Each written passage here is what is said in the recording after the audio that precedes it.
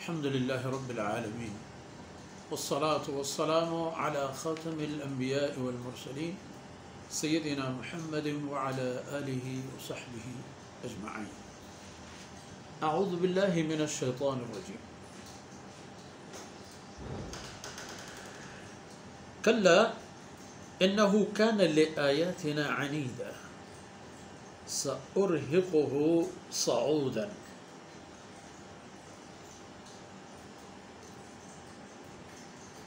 إنه فكر وقدر فقتل كيف قدر ثم قتل كيف قدر ثم نظر ثم عبس وبصر ثم أدبر واستكبر فقال إن هذا إلا سحر يؤثر.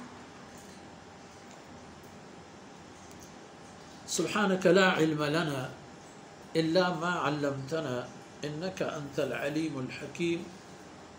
رب اشرح لي صدري ويسر لي أمري واحلل عقدة من لساني يفقهوا قولي واجعل لي وزيرا من أهلي رب زدني علما وارزقني فهما ثم أما بعد. گرامی قدر بھائیوں بہنوں اور پیارے بچوں، تمام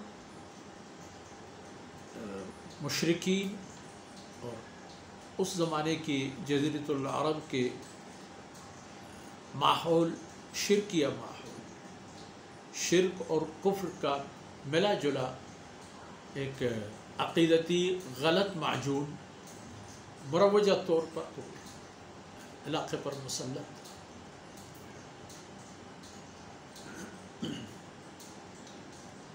آن حضرت صلی اللہ علیہ وسلم کی دعوت توحید ہے، اللہ اور اس کے رسول کی صداقت اور وحدانیت کی دعوت نے ان لوگوں کو ایک متبادل ماحول دے دیا تھا، مگر وہ مخاصمت پر اتر آئے تھے.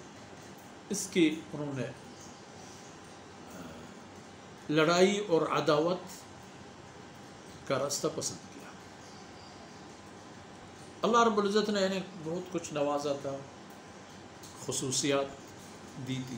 مخصوصاً قرآن کریم کے سب سے پہلے مخاطب قریش تھے، اور قریش پورے عرب میں تقدس کی نظر سے دیکھا جاتا تھا.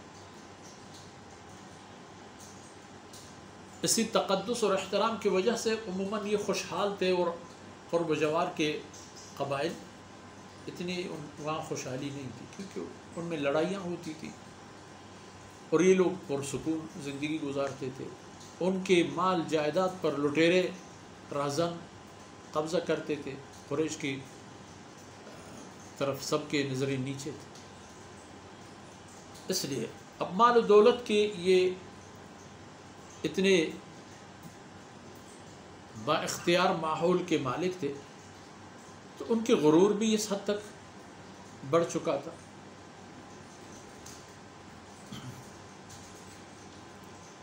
اور آپ صلی اللہ علیہ وسلم کی عداوت و دشمنی میں ان کا عالم یہ ہو گیا تھا کہ انہ کان لآیاتنا عنیدا.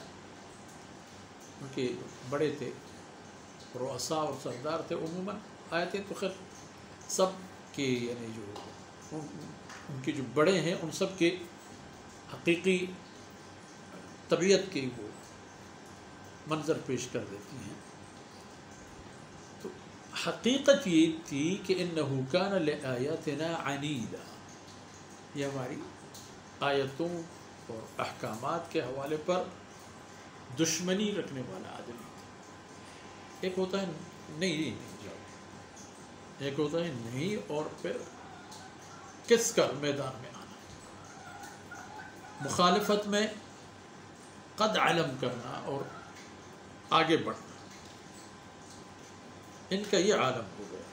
ٹھیک ہے، فرمایا کلا، اب ان کو ان کی حالت پر نہیں چھوڑا جائے گا.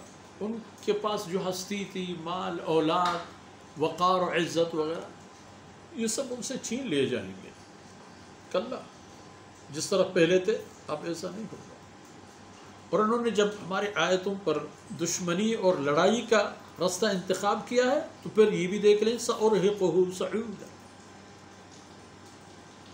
اس پر بوجھ مشکل سے ڈال دیں گے، اس کی طاقت اور حیثیت سے بڑھ کر اس پر یا ان پر وہ وقت اور ایام آئیں گے کہ یہ بوجھ نہیں اٹھا سکیں گے اور اپنے کفر کے اور نافرمانی کے بوجھ تلے یہ دب جائیں گے۔ فرمایا کہ ان کا عالم یہ تھا، انہو فکر وقدر، پہلے تو اس نے یہ سوچنا شروع کیا کہ اس رسول کے سامنے ہم کیسے سد سکندری کھڑے کر سکتے ہیں، اس کے مقابلے ہم کیسے کر سکتے ہیں۔ سوچ بچار انسان کی بدقسمتی، سعادت کی سوچ پیدا کر کے راستے انتخاب کرنے کے بجائے بدنصیبی کی سوچ اپنائی اور اس بارے میں سوچتے رہے کہ اس رسول کے مقابلے کس انداز میں کریں، اور پھر قدر اندازہ لگایا کہ ہم یہ کر سکتے ہیں، ہم وہ کر سکتے ہیں، ہم فلان کر سکتے ہیں۔ اسی طرح تو گویا کہ سوچ بچار کی اور منصوبہ بندی کی، رسول اللہ صلی اللہ علیہ وسلم کی تعلیم کو آگے بڑھنے نہ دینے کی۔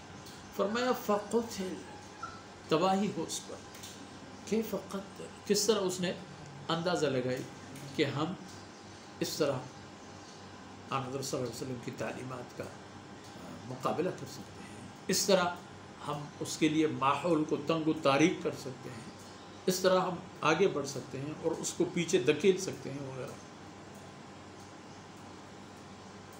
ثم قتل کیف قدر، دوبارہ ایک جملہ ہے بددعائیہ ذہنیت کے لیے، اس آدمی یا افراد کے لیے بھی اور ان کے ذہن اور دماغ اور فکر کے لیے کہ ان کے لیے تباہی ہو، اور تباہی ہوگی۔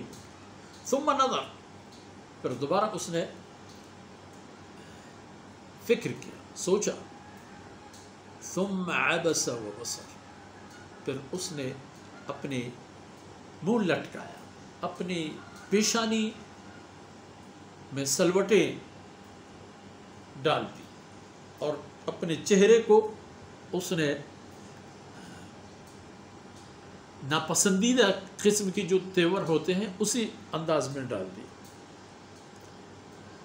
ثم ادبر واستکبر، پھر اس ماحول سے اٹھ کر اس نے پیٹ پھیر کر چلا گیا، واستکبر، غرور کا، کبریائی کا اور تکبر کا مظاہرہ کرتے ہوئے، اور پھر اعلان کیا کہ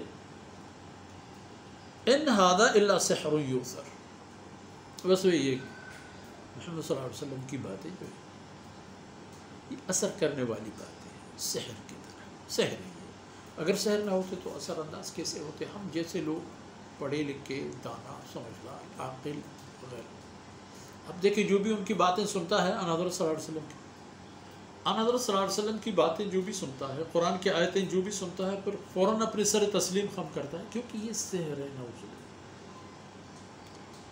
ان ھذا الا سحر یؤثر، ان ھذا الا قول البشر، اور یہ اثر انداز ہونے والے سحر کی باتیں ہیں، اور دراصل یہ انسانی بات نہیں ہے، اس لیے ان میں اتنی کشش اور مٹاس ہے، کیونکہ یہ ان کی عقیدہ اور ذہنیت بن گئی، تو ان کی یہ ذہن اور عقیدہ اور مزاج بننے کا نتیجہ کیا نکل گیا، کیا نکلے گا، اگلے آیتوں میں انشاءاللہ پہنچ کر کے ان پر مزید بات کریں گے۔ اور آج کی نشست ان معروضات کے ساتھ ہی اختتام پذیر ہوتا ہے۔ اللہ رب العزت ہماری اور آپ کی دین و دنیا کی بلا فرمائے، اور آخرت کی تباہی سے اللہ تعالیٰ ہمیں اور ہمارے عزیزوں کو اپنے حفظ و امان میں رکھے۔ وصلی اللہ علی نبینا محمد وعلی آلہ وصحبہ اجمعین۔